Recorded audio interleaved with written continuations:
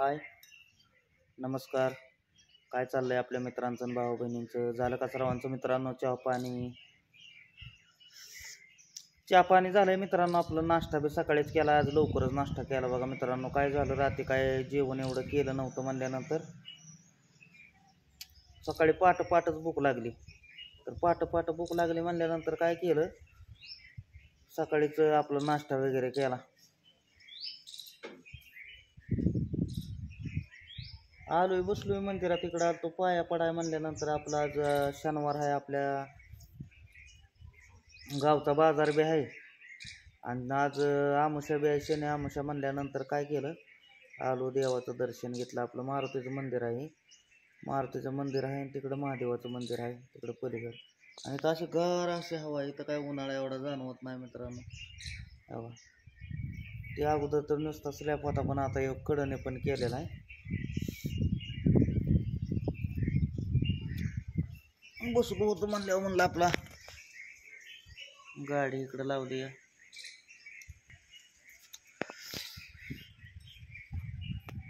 आणि आपल्या स्वामी समर्थांची बी भाऊ बहिणीनं इथं आरती होती बरं का. तेव्हा इथंच आरती घेते ती गुजर गुरुवारी. इथंच आपलं काय करते ते, देवाच्या पुढं एक टेबल असं मांडते ते, आणि त्याच्यावरती फोटो ठेवून आपल्या स्वामी समर्थाची आरती असते बघा. तारक मंत्र असतं, आरती असते.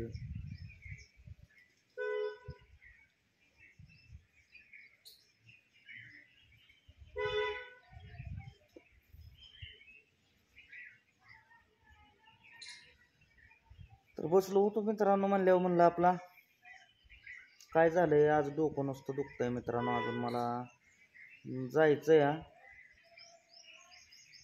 म्हणलं जरा नेमगावरनं जाऊन यावं.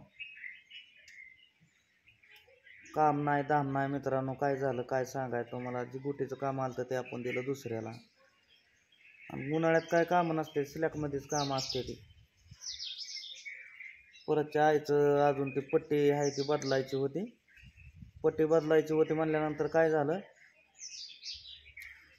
सकाळी कालच केलता डॉक्टरला फोन, पण डॉक्टर म्हणलं की आज काय मला जमणार नाही, तर उद्याच्याला येतो. आणि उद्याच्याला येतो म्हणल्यानंतर काय झालं, तर उद्याच्याला येतो म्हणल्यानंतर डॉक्टर सकाळ सकाळ आलतं म्हणल्यानंतर मित्रांनो बघितलं ते आईचं म्हणजे ऑपरेशन हे झालेलं. तर ते मग त्यांना कसं वाटलं की ऑपरेशन झालं आहे, त्याला ड्रेसिंग करायचं आहे म्हणल्यानंतर कसं आहे, त्यांनी थोडीच बारकी पट्टी आणली होती. पट्टी आणल्यानंतर मग ती म्हणलं की आता का नाही, पण मी संध्याकाळी पट्टी घेऊन येईल, कारण की मी बारकीच पट्टी आणली, मोठी आणली नव्हती, त्या गुडळायला पट्टी नव्हती. म्हणल्यानंतर काय झालं, परत ते आपले पिंके हे म्हणले की डॉक्टर म्हणले टाका बघा बरं, म्हणले ते वाळल्यात आहे का, हे झाल्यात आहे का. बरं टाका, तर आपण कट करून आणलं होतं तिथनं पेशंट. आणि जे ऑपरेशन केलेलं होतं मित्रांनो, ते टाका समजा आपण कट केलेलं होतं, आणि कट केल्यामुळं त्यातनं ब्लडिंग म्हणजे थोडंसं इथं वर माथ्यावर जे आहे ते थोडंसं ते ओला होता काय टाका, त्यातनं ब्लडिंग होत होती. आणि ब्लडिंग होत होते म्हणल्यानंतर त्यांना डॉक्टरला सांगितलं तिथं, पण ते डॉक्टर आपलं काय तिथं नव्हतं म्हणल्यानंतर तिथं जे दुसरं ते होतं डॉक्टर, मग ते काय म्हणलं नाही, ते टाका असल्यामुळं थोडंसं येतं म्हणल्यानंतर मग आता आपल्याला बी वाटतंय जाऊन दे मरू दे, टाका वाला एखादा असेल त्याच्यामुळं ते येत असेल म्हणलं. तर येत असेल म्हणल्यानंतर काय झालं, परत त्याला मित्रांनो ते आता जे आहे ते गाठीसारखं झालेलं आहे. म्हणजे गाठीसारखं झालंय म्हणजे कसं झालंय, असं बिलबिलीत लागतं या. आपलं अंड कसा म्हणजे अंड्यासारखं असं बिलबिलीत लागतंय. तर मग ते काय म्हणलं डॉक्टर,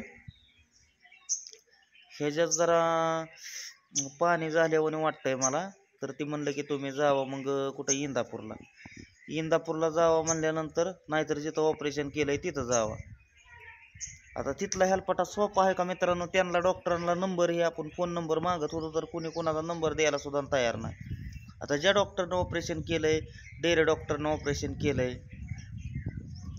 मग ते अहमदनगरचं आहे तर म्हणल्यानंतर त्यांच्या म्हणजे ज्या आपण हॉस्पिटलमध्ये गेलतो तिथलं जे काय होतं ते रवींद्र डॉक्टर ही, तर त्यांचा नंबर आम्ही मागत होतो, तर ती काय नंबर आपल्याला त्यांनी दिला नाही. आम्हाला नंबर देता येत नाही ना म्हणले तसा.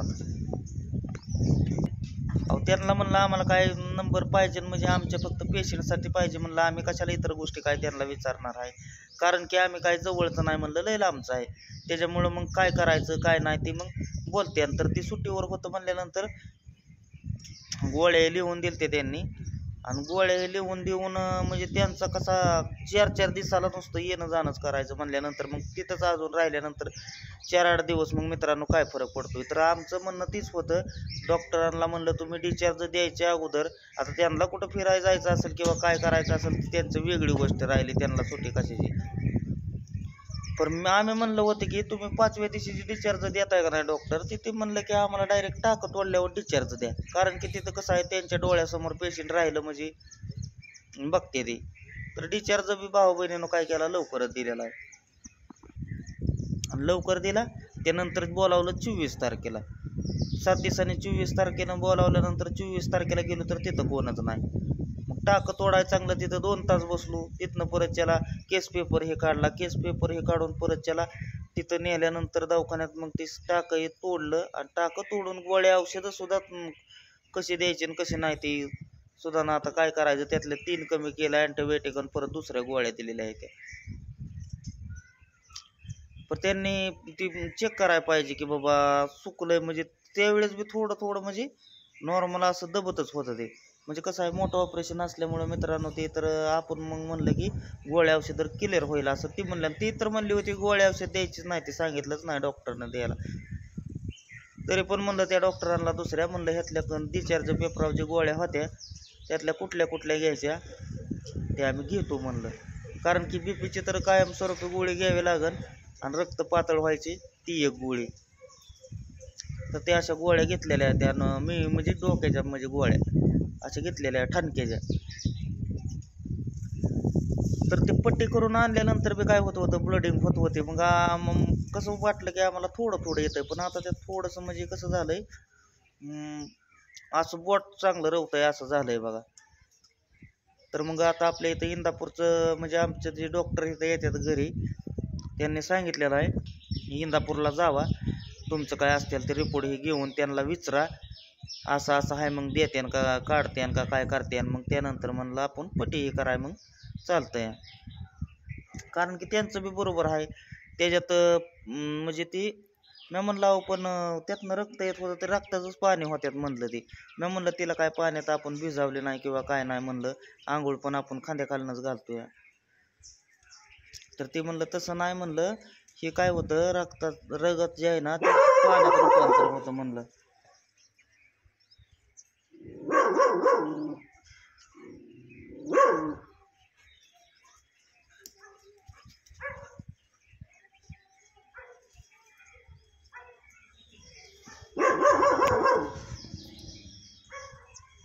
कुत्र्यांना काय दिसलं काय की बाबा,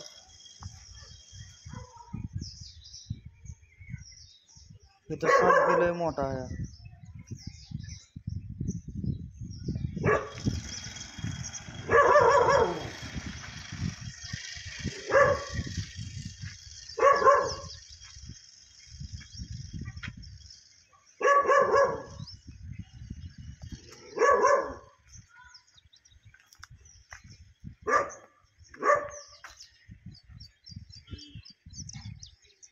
सापच आहे की राव, तो का सापच आहे बारका बी नाही. हो केवढा मोठा आहे.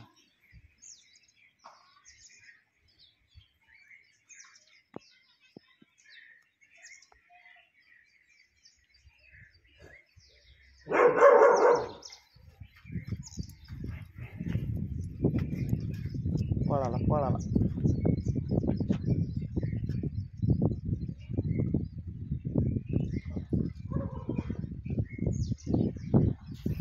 कसं आहे बघितलं का,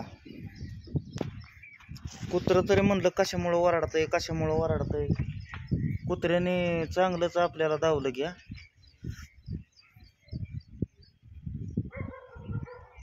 लय मोठा आहे भाऊ बहिणीनं साप, काय सांगायचं तुम्हाला.